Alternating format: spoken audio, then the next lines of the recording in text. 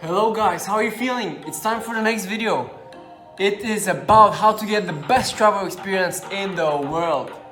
Here's how.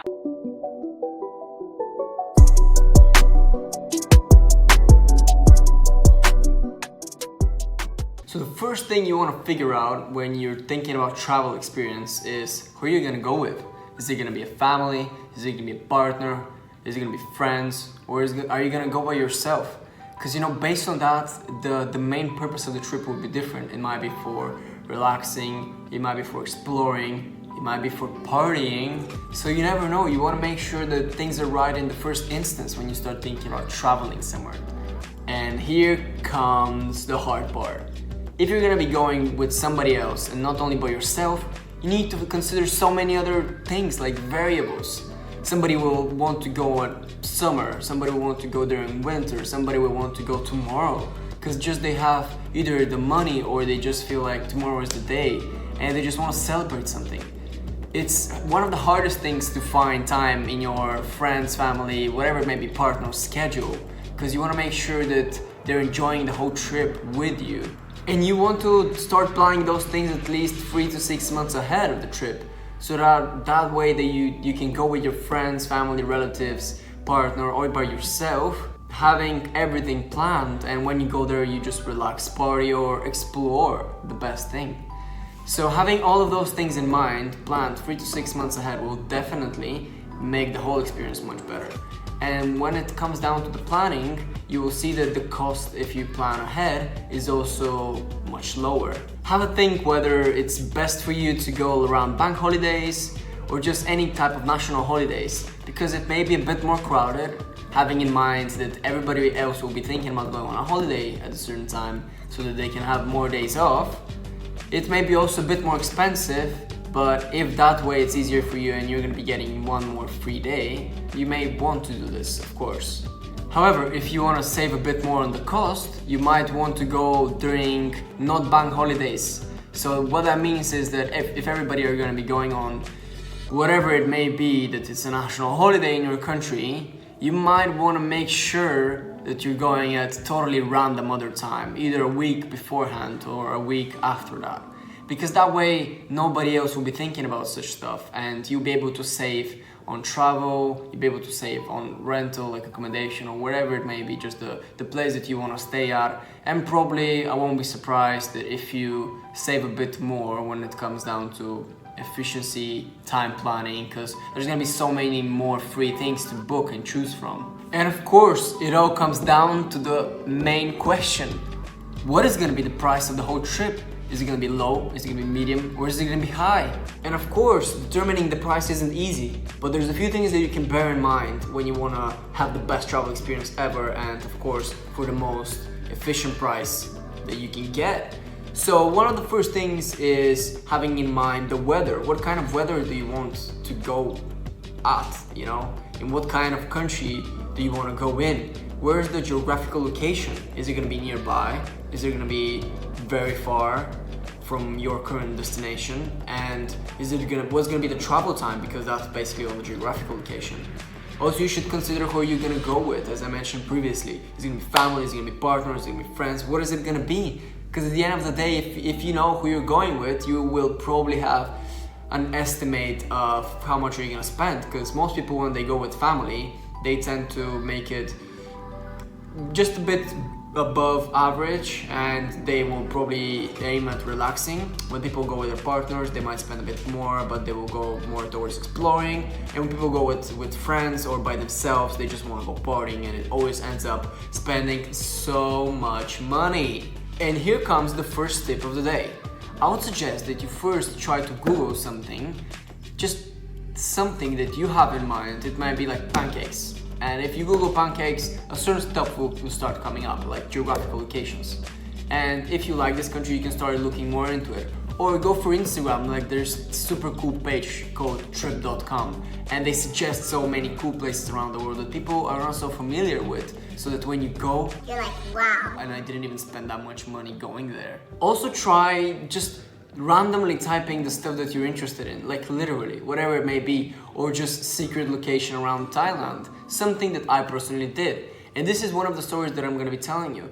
how we went on this private beach without even knowing. We had to go through the jungle basically to go to this beach, but we found an elephant in the middle of the jungle, which was with its owner, and we would be able to, you know, pet it in a sense and play around with it, take pictures, etc., just for free. Of course, we decided to leave a tip for the guy because he was very, very kind and generous for us. So those kind of things just make the whole experience 10 times better and at the same time cheaper. So let's say, for example, you already know what kind of weather you want to be in. So I personally tend to travel during, you know, cold times of the year, so November, December, or January, because I'm currently based in the UK, and go somewhere really hot, like Thailand, you know, somewhere from that part of the world, where I'll be going in 30 degrees and I'll get tanned, and when I come home, I'll be like, that was a fantastic trip, wasn't it? So let's say, for example, you already have the weather, you're on there. It all comes down now to the travel time. Some people don't like traveling for 24 hours, which I'm personally okay with, but for example, my partner doesn't really like spending that much time on the plane. So you really want to make sure that you're on the right track with the people that you're going to be going, because some people might want to travel 18 hours to get to this magical Santorini, whatever place it may be, you know. But some people might be not so keen on traveling and spending some flight time and getting those Avios points, and they might want to go just for a few hours, that they're gonna go to either Italy, France, or just whatever's closer, because if you're based in the US, you might just want to go around the States. So make sure you have those things aligned, and then we're gonna go to the next step, which is food. So of course, if you're gonna be going with family, I suggest that you book a hotel with, of course, as many rooms as you need. You might even take a shared room, it's up to the personal preference. And after you've taken that room, I would suggest that you go for the all-inclusive, because when you're with a family, the kids always want to eat. You know how it is. Or if you're parents, you don't want to think all the time, oh, is my kid, you know, having the time of his life? But of course, if you're traveling with a partner or a few of your friends, you might just want to take breakfast, because you just want to wake up in that morning just because you've already paid for breakfast, you know, you just want to go for it. And that leaves you the whole day to plan and explore and do whatever you want. So that's the best thing about it.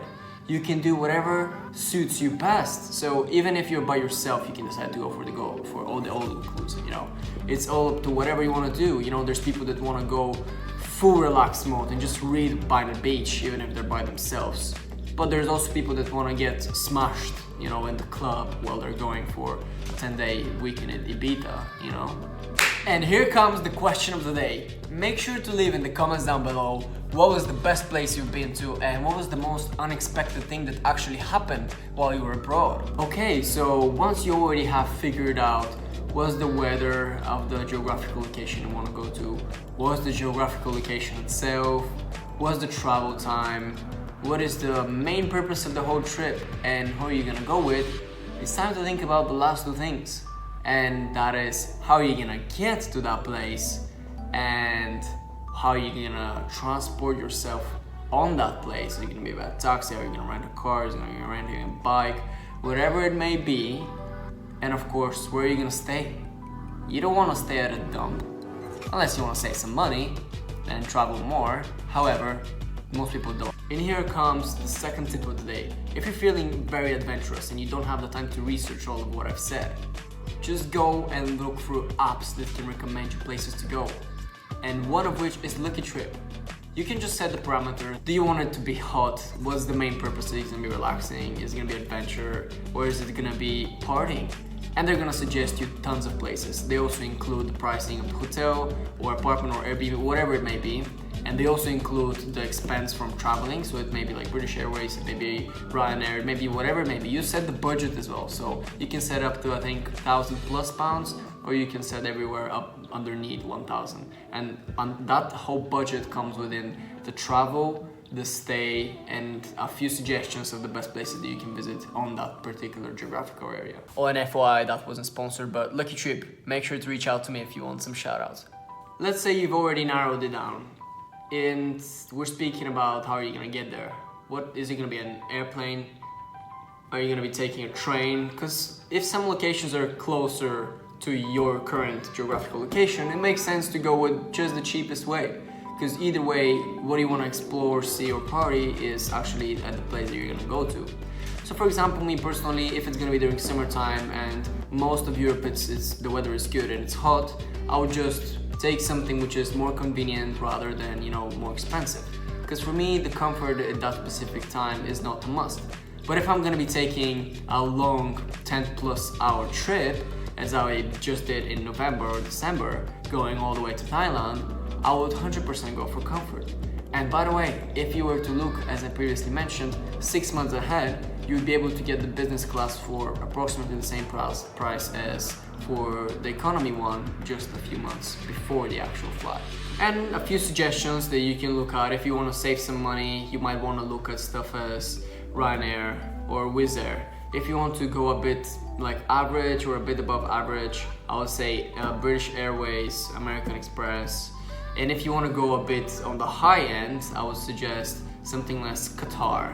Qatar are actually a very good company and I 100% stand behind their services. As so far they've provided me with such great experience that I can't really complain about anything. So shout out to Qatar Airways, 5 out of 5. And once you already know how you're gonna get there, it's time for the question, where are you gonna be staying, bro? And the answer to that question is obviously there's so many options. So I would suggest first of all you speak with your closest friends and family, or just somebody that you know who is living there. You may have had a friend beforehand who has been to that location. Just ask around your friend circle. Somebody may have been to that destination beforehand. They might be able to give you some suggestions of what to visit and where to stay. So having that in mind, after friends and family, it's time for the next one, which is maybe you can do a simple Google search. Actually, Google is very good. You can do such stuff as TripAdvisor, you might do Booking.com, you might do Airbnb, and it all comes down to convenience, cost, and how you're feeling about going on a trip for X amount of days. Do you want to spend a bit more money and live in a fancy apartment, or do you want to spend a bit less money and live in not so good apartment, but have the best time? Make sure to also look for some forums, maybe even get an agent about it, because some companies do provide agents for those kind of things. You just set the parameters as previously said and they will do the whole job for you.